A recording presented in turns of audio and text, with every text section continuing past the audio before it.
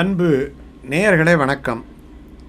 குரு பகவானுடைய பெயர்ச்சி தினம் ஏன்னுட்டு எல்லா கோயில்களிலையும் நம்ம பார்க்குறோம். அங்கங்கே தட்டி எழுதி வச்சுருக்கிறாங்க, யாகங்கள் நடத்துகிறாங்க. நான் ஒரு வருஷத்துக்கு ஒரு தரம் குரு பெயர்ந்து கொண்டே இருக்குது ஒவ்வொரு ராசியிலையும். அவருக்கு 2 ராசி, ஒன்று தனுசு ராசி, இன்னொன்று மீன ராசி. இது ரெண்டுத்துக்கும் உரியவர் குரு. இந்த ரெண்டுக்கும் உரிய குரு கடகத்தில் போய் உச்சமடைகின்றார். இதுவரை அவர் மிதுனத்தில் இருந்தார், புதனுடைய வீட்டில் இருந்தார். இப்போ கடகத்துக்கு போய் உச்சத்தில் இருக்கிறார். அவருடைய நட்சத்திரம் அந்த புனர்பூச நட்சத்திரத்தில் நுழைகிறார், 4ஆம் பாதத்தில் போயிட்டு நுழைகிறார். ரொம்ப அற்புதமான இந்த குரு பெயர்ச்சி, குரு தன்னுடைய முழுமையான ஆற்றலை பெற்ற ஒரு பெயர்ச்சி. சுபத்திலேயே ரொம்ப பெரிய சுபர். 9 கோள்களிலேயும் சூரியன் ஆத்மகாரனாக இருந்தால் கூட குருவைத்தான் உச்சபட்ச சுபராக ஜோதிட சாஸ்திரம் சொல்லுகிறது. இந்த குரு என்னாலே என்ன அர்த்தம் அப்படின்னு சொன்னால் ரொம்ப எளிமையான அர்த்தம். எந்த ஜாதக தோஷமாக இருந்தாலும் கூட குருவின் இடத்துல போயிட்டா அந்த தோஷங்கள் மறைந்துவிடும். இதுதான் குரு. வேறு யாருக்கும் அந்த பேர் கிடையாது. குரு என்ன ஆச்சாரிய ஸ்தானத்தில் இருக்கக்கூடியவருக்கும் குரு என்னட்டு அர்த்தம். இருட்டை நீக்குபவர்களுக்கு குரு என்னட்டு அர்த்தம். மனதிலே தெளிவை உண்டாக்குபவருக்கு குரு என்னட்டு அர்த்தம். அதனால தான் இந்த கிரகத்துக்கு குரு என்னட்டு ஒரு பேர் வச்சாங்க. குரு பீத ஆடை பிரானார் பிரம்மகுருவாகி என்கிறார். இந்த குரு என்கிறது ரொம்ப உயர்ந்த நிலை. அவருடைய கண்ட்ரோலில் இருந்துட்டோம்னா நமக்கு தோஷங்கள் போயிடும்ங்கிறதுக்கு தான் குரு பார்க்க கோடி நன்மை. குரு பார்க்க கோடி நன்மை. இது நம்ம ஜென்ம ராசியை வச்சுக்கிட்டு குரு இந்த இடத்துல இருக்கும்போது 5ஆம் இடத்துல, 7ஆம் இடத்துல, 9ஆம் இடத்துல, 11ஆம் இடத்துல, இந்த 2ஆம் இடத்துல எல்லாம் வருகின்ற பொழுது குரு அள்ளி அள்ளி கொடுக்கும் அப்படின்ட்டு சொல்கிறாங்க. ஆனால் குரு மட்டும் கிடையாது. குருவோடு சேர்ந்து நம்முடைய ஜாதக அமைப்பு நல்லா இருக்கணும். ஜென்ம ஜாதகத்தில் குருவினுடைய பலம் நன்றாக இருக்க வேண்டும். அப்படி இருந்தால்தான் இந்த கோசார குரு எப்படி நமக்கு வேலை செய்கிறது என்பதையும் தெரிந்து கொள்ள வேண்டும். ஆனால் எது எப்படி இருந்தாலும் கூட இந்த குரு பெயர்ச்சி நமக்கு நல்லதாக அமைய வேண்டும் என்று சொன்னால் குருவினுடைய பார்வை எல்லா ராசிக்குமே முக்கியமான இடங்களிலே பட்டுக்கொண்டு தான் இருக்கிறது. உதாரணமாக ஒரே ஒரு விஷயத்தை சொல்கிறேன். இப்போ மேஷ ராசிக்கு அர்த்தாஷ்டம குருன்னுட்டு சொல்கிறாங்க. 4ஆம் இடத்துல குரு வந்துருச்சு, அதனால் சுகம் பாதிக்கும் அப்படின்னுட்டாலாம் ஜோதிட சாஸ்திரம் சொல்லுது. ரிஷபத்துக்கு 3ஆம் இடத்துல வந்ததால் செலவுக்கு மேலே செலவாக இருக்கும் அப்படின்ட்டு சொல்கிறாங்க. பலவிதமான கஷ்டங்கள் வருங்கிறாங்க. கடகத்துக்கு ஜென்ம குருவாக இருக்கிறதால நமக்கு பல தொந்தரவுகள் வரிசையாக நிற்கும்ங்கிறாங்க. அப்படியெல்லாம் ஒன்றும் கிடையாது. காரணம், ஒரு ஜாதகத்தினுடைய விதியையும் விளைவுகளையும் தீர்மானிப்பது குரு மட்டும் கிடையாது.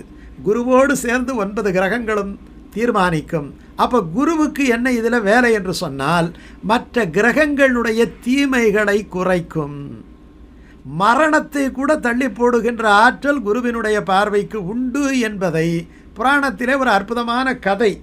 அந்த கதையை தெரிஞ்சுக்கிட்டால் தான் குருவினுடைய பார்வை எவ்வளோ விசேஷம், அந்த குரு என்னட்டு ஏன் சொல்கிறாங்கங்கிறத நம்ம தெரிஞ்சுக்க முடியும். சந்திரனுக்கு ஜோதிட சாஸ்திரத்தை கற்றுக்கொள்ள வேண்டும் என்று அவருக்கு ரொம்ப ஆசை. உடனே குருக்கிட்ட போய் கேட்குறார். அவர் தானே எல்லா விதமான கலைகளுக்கும் அதிபதியாக விளங்குகின்றார். குரு ஒருவருக்கு ஜாதகத்தில் நல்ல முறையில் அமைந்து விட்டார், அவருக்கு இல்லறம் நன்றாக இருக்கும்.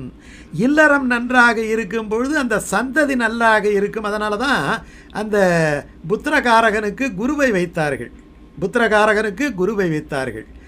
ஆகையினாலே இது 2 நல்லா இருந்தாலே குடும்பத்தில் நிம்மதி, வருமானம், மகிழ்ச்சி எல்லாம் இருக்கும். அவர் கலைகளுக்கு அதிபதிங்கிறதால சந்திரன் என்ன பண்ணால் அவர்கிட்ட போய் ஜோதிட சாஸ்திரத்தை தெரிந்து கொள்ள வேண்டும் என்று நினைத்தார். அப்படி அவரும் சாஸ்திரத்தை எல்லாம் கற்று தந்தார்.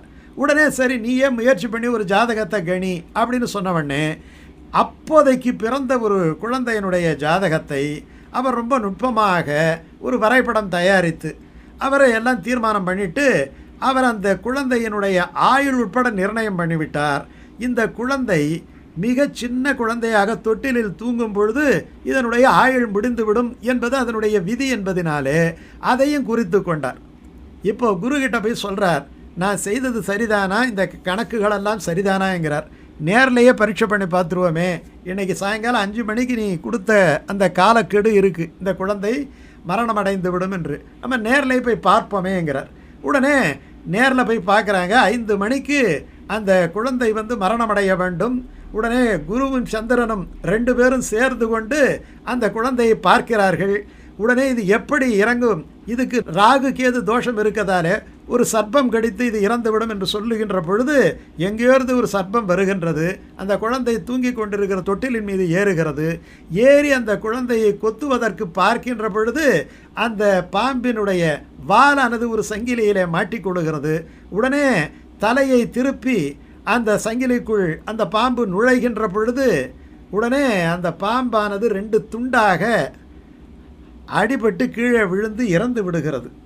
இப்போ சந்திரன் நினைக்கிறார், இந்த பாம்பு வந்த வரைக்கும் கரெக்டாக 5 மணிக்கு இந்த குழந்தையினுடைய உயிர் போய்விடும் என்று நம்ம ஆயுள் கணிதத்தை போட்டு கணித்திருக்கிறோமே. ஆனால் இப்பொழுது இந்த குழந்தை உயிரோடு இருக்கிறது, குழந்தையை கொத்த வந்த பாம்பு தானே இறந்து விட்டது அப்படின்னு நினைக்கின்ற பொழுது இதை குருக்கிட்ட கேட்குறார். குருவே, நீங்கள் சொல்லித்தந்த அந்த கணக்கு தானே நான் போட்டேன், ஆனால் இது சரியாக இல்லையே, ஒருவேளை நான் தவறாக தெரிந்து கொண்டேனா அல்லது நீங்கள் தான் எனக்கு முழுமையாக சொல்லித்தரலையா? அப்படி இருக்கும் பொழுது எல்லா கணக்கும் கரெக்டு தான்ப்பா, ஆனால் ஒரே ஒரு விதி தான், விதியை மாற்றக்கூடிய வல்லமையானது குருவின் பார்வைக்கு உண்டு என்னட்டு ஒரு சாஸ்திர விதி இருக்குது. அந்த அடிப்படையிலே நானும் நீயும் சேர்ந்து வந்திருக்கிறோம். சந்திரனும் குருவும் ஒரே இடத்திலே இருந்தால் அதற்கு கஜகேசரி யோகம் என்று பெயர். இப்போ சந்திரனும் குருவும் இணைந்து அந்த குழந்தையை பார்க்கிறோம். எத்தனை பகையாக இருந்தாலும் பகையை அழித்துவிடும், கொத்த வந்த பாம்பை அழித்துவிடும், ஆனால் அந்த குழந்தையை காப்பாற்றிவிடும். நம்ம 2 பேரும் அந்த குழந்தையை தானே பார்த்துக்கிட்டு இருக்கிறோம். குழந்தையினுடைய உயிர்நிலையை நம்ம பார்க்கறதால அந்த உயிர் பெற்றுவிட்டது. அதனால் எந்த தோஷமாக இருந்தாலும் அந்த தோஷத்தை நீக்குகின்ற தன்மையானது அந்த குருவின் பார்வைக்கு உண்டு. அப்படிப்பட்ட குருவினுடைய பார்வையை அடிப்படையாக வைத்து கொண்டால் அதுக்கு ஸ்தான பலத்தை விட, அது எந்த இடத்துல நிற்குது என்கிறத விட, அது எந்த இடத்துல பார்க்குது என்கிறது ரொம்ப முக்கியம். வைணவ மரபிலே இந்த மாதிரி இருக்கிற தோஷங்களை எல்லாம் நீக்கக்கூடிய ஆற்றல் குருவுக்கு உண்டு. அப்போ இந்த இடத்துல குரு யார் அப்படின்னு சொன்னால், குரு யார் என்று சொன்னால் நமக்கு ஹிதத்தை புருஷார்த்தத்தை சொன்னவர் தான் குரு, நமக்கு பஞ்சசம்ஸ்காரம் பண்ணவர் தான் குரு. அந்த குருவை இந்த குரு பெயர்ச்சி நாள் என்று நாம் நினைத்து கொண்டால் அல்லது அந்த குருவினுடைய மங்கள ஸ்லோகத்தை சொன்னால் நமக்கு குரு பெயர்ச்சியினால் வருகின்ற எந்த தீய பலன்களும் நம்மை அணுகாது. குருவினுடைய அனுகிரகம் 1000 மடங்கு அதிகரிக்கும். எல்லா நேரத்திலையும் குருவை நினைக்கணும். இப்போ குரு பெயர்ச்சி அன்னைக்கு நமக்கு யார் குரு என்று சொன்னால் நம்முடைய ஆத்ம பந்துவான அந்த ஆச்சாரியன்தான் குரு. அந்த ஆச்சாரியன் காட்டி தந்த கண்ணன்தான் குரு. வந்தே ஜெகத்குரும். அந்த கண்ணனம் பெருமானை நினைத்து கொண்டாலே எப்படி அர்ஜுனனுக்கு அவன் தலைக்கு வந்தது தலைப்பாகையோடு போயிற்று என்பது போல அவனுடைய மரணத்தை கூட தன்னுடைய ஆள்காட்டி விரலினாலே தேரை அழுத்தி காப்பாற்றினானோ, அதை போல் கிரக தோஷங்களை எல்லாம் நம்முடைய குருவாகிய கண்ணன் காப்பாற்றுவார். அந்த கண்ணனையும் அந்த கண்ணனை காட்டி தந்த ஆச்சாரியன் திருவடிகளிலுமே சரணடைவது ஒன்றே இந்த குரு பெயர்ச்சியிலே சகல தோஷங்களையும் போக்குகின்ற வழி.